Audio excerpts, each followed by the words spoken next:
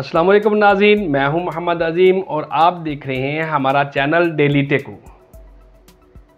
नाज़रीन, इस वक्त पाकिस्तान में होम्योपैथी इलेक्शन जो है वो आ रहे हैं और जिसके सिलसिले में हम अपने तोबा टेक सिंह के मुकामी होम्योपैथी रहनुमा डॉक्टर ताहिर इकबाल लायर जो हैं वो हमारे साथ मौजूद हैं। उनसे हम गुफ्तगू करेंगे कि वो इसके बारे में क्या कहते हैं। अस्सलाम वालेकुम डॉक्टर साहब। वालेकुम सलाम।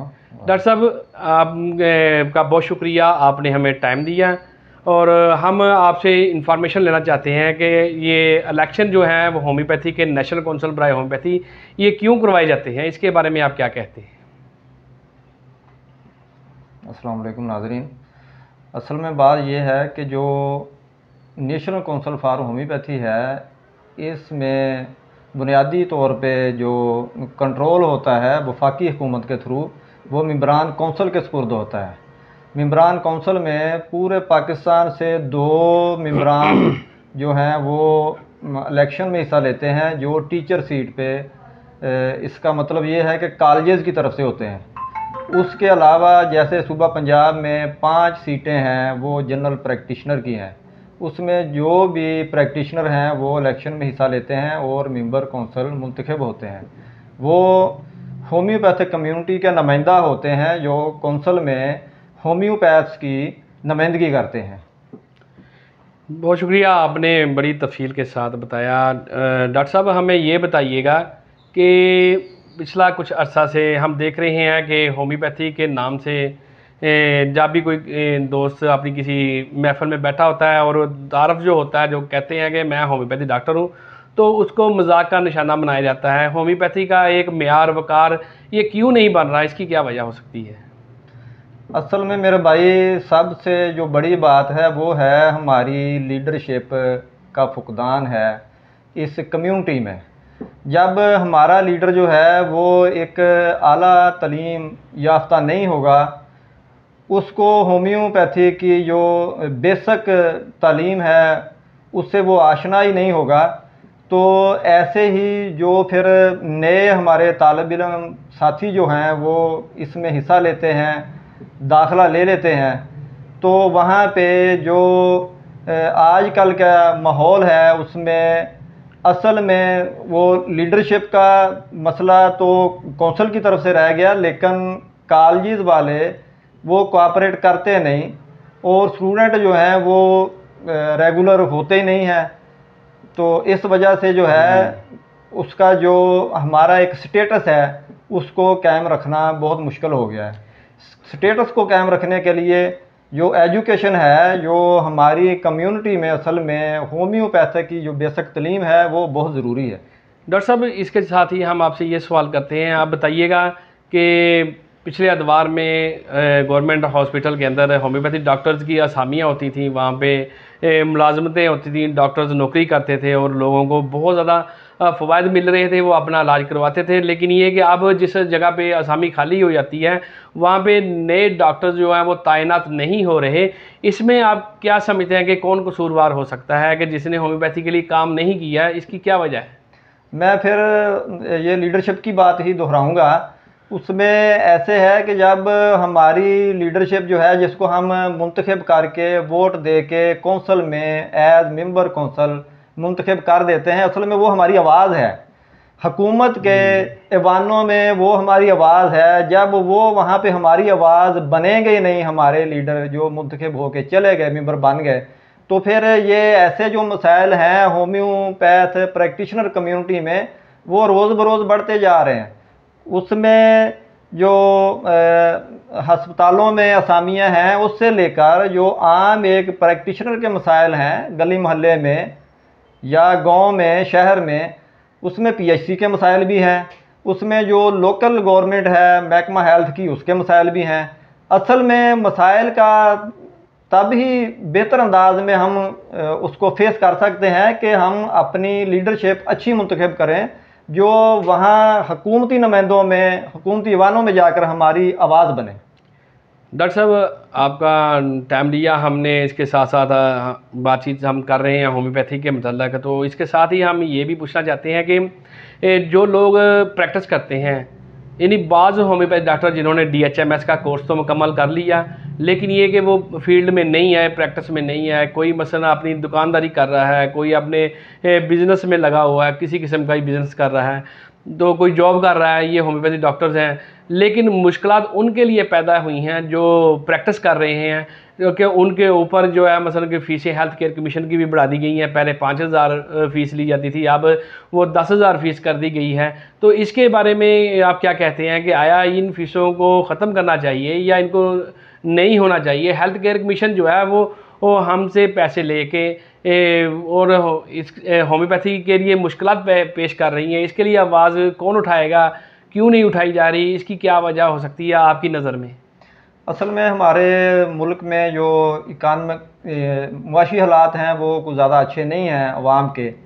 तो इसमें मैं कहूँगा कि जब हम इस फील्ड में आते हैं एज प्रोफेशनल जो है उसमें शामिल होना चाहिए। जब आप प्रोफेशनल होते हैं तो फिर उसके लिए जो तालीम है उस पर बंदा पूरी अपनी तवज्जो करता है। तालीम से लेकर उसके बाद जब आप अपनी जो अमली ज़िंदगी में आए तो फिर एक अच्छे पेशा वराना डॉक्टर की हैसियत से जो है आप वहाँ पे कदम रखें। दूसरी तरफ बात आ गई ये एक खिदमत का जो है वो एम लेके आना चाहिए। असल में मुआशरे में कुछ लोग होते हैं साहिब हैसियत होते हैं, वो इलाज मुआलजे की सारी जो है अपने अखराजात ज़रूरियात और सहूलतें वो ले सकते हैं। दूसरी तरफ हमारी ज़्यादातर कम्युनिटी पाकिस्तान में जो हमारी अवाम है वो कोई अच्छे मुआशी हालात में नहीं है, गुर्बत पे तकरीबन ज़्यादा हमारी एवरेज है। उसमें हमें चाहिए कि हम एज प्रैक्टिशनर प्रोफेशनल उसको उसके मुआशी हालात को देखते हुए उनके साथ अच्छा रवैया अपनाएं, उनके साथ रहती पैकेज भी रखें, जो हम उनकी खिदमत कर सकते हैं वो उनको मुहैया करें। उसमें हम फ्री में भी खिदमत मुहैया कर सकते हैं। और अगर हम देखें कि जो फ़ीसें हैं, जो PSC की फ़ीसें बढ़ गई हैं या कौंसल की फ़ीसें बढ़ गई हैं, उसमें अगर हम यही खिदमत का जज्बा पैदा करें और ये हुकूमत भी इसमें अप्रिशिएट करें, कोऑपरेट करें हुकूमती लोग, तो वो भी कम हो सकती हैं। जब हम एक हेल्थ के शोबे में रहकर लोगों को अच्छी सेहत दे रहे हैं और देना चाहते हैं तो फिर मेरे ख्याल में ये महकमों को भी चाहिए, गवर्नमेंट को भी चाहिए कि वो आम प्रैक्टिशनर के जो मसाइल हैं उन पे नज़र-ए-सानी करें, उनकी फ़ीसों को डॉक्टर साहब कम आपने करें। बड़ी अच्छी गुफ्तगू की है। इसके साथ साथ ही हम आगे भी चलते हैं क्योंकि ये बहुत बड़ी फील्ड है होम्योपैथी। तो अब मसलन मैंने देखा कि बाज़ कॉलेजेस में ना वो रेगुलर क्लासें नहीं होती। स्टूडेंट्स जो हैं वो अपनी तालीम के लिए मुख्तलिफ डॉक्टर्स के पास जाते हैं या स्टडी सर्कल लगाए जाते हैं, वहाँ पे सीखने के लिए जाते हैं। और बाज़ डॉक्टर जो है वो बड़ी कोशिश करते हैं, वो एक अपनी जो तजर्बात होते हैं उनके लेक्चर्स जो हैं वो देते हैं, और जो नए होम्योपैथ होते हैं सीखने वाले वो उनके लेक्चर में जाते हैं और काफ़ी कुछ वो सीखते हैं। तो इसमें आप क्या समझते हैं कि ऐसी क्यों ज़रूरत पेश आ गई कि एक बंदा 4 साल पढ़ने के बाद भी उसको ज़रूरत है कि वो होम्योपैथी को सीखे और सीखने के बाद वो अपना क्लिनिक बनाए, वो अपना एक बाइज़्ज़त तरीके से रोज़गार कमाना शुरू कर दे? इसमें किसका कसूर है कि वो दौरान तालीम जो है वो उसके अंदर अपने नॉलेज को इजाफ़ा करने के लिए उसको क्या करना चाहिए या इंतज़ामात कौंसल की तरफ से क्या होने चाहिए? देखिए मेरे भाई, सबसे पहले जो है वो मैं बात कर रहा हूँ कि एक जो भी फील्ड है, जैसे होम्योपैथिक एक फील्ड है, उसमें बुनियादी तौर पे हमें ये देखना चाहिए कि होम्योपैथी की बेस है क्या, और जिसका हम इलाज कर रहे हैं वो ज़ाहिर है इंसान का जिस्म है, उसके बारे में इल्म ज़रूरी है। जो जिस्म के मुख्तलिफ अज़ा हैं उनके बारे में इल्म ज़रूरी है। ये इल्म के साथ साथ तो मेडिसिन चलेगी। अब मेडिसिन जो है वो आप पढ़ लें, जिस्म के अज़ा का हमें पता ही ना हो। इसमें असल मसला यहाँ पे है कि जब स्टूडेंट कॉलेज में जा रहा है, असल में कॉलेज में रेगुलर क्लासेस होनी चाहिए। स्टूडेंट को ये गाइड करने की ज़रूरत है कि भाई आप एज डॉक्टर जो हैं वो मुआशरे में जा रहे हैं, और डॉक्टर बनने के लिए आपको यहाँ पे रेगुलर पढ़ना ज़रूरी है। जब वो रेगुलर क्लास में जाएगा तो उसमें उसको जितने भी हमारे सब्जेक्ट हैं उसमें वो तालीम हासिल करेगा तो मुआशरे में आके एक अच्छा मकाम बनाएगा। वो लोग भी उसकी इज़्ज़त करेंगे, तब भी इज़्ज़त करेंगे जब वो एक अच्छा डॉक्टर बनेगा। अच्छे डॉक्टर बनने के लिए पढ़ना बहुत ज़रूरी है। बहुत शुक्रिया डॉक्टर साहब, आपने बड़ी अच्छी गुफ्तगू की है।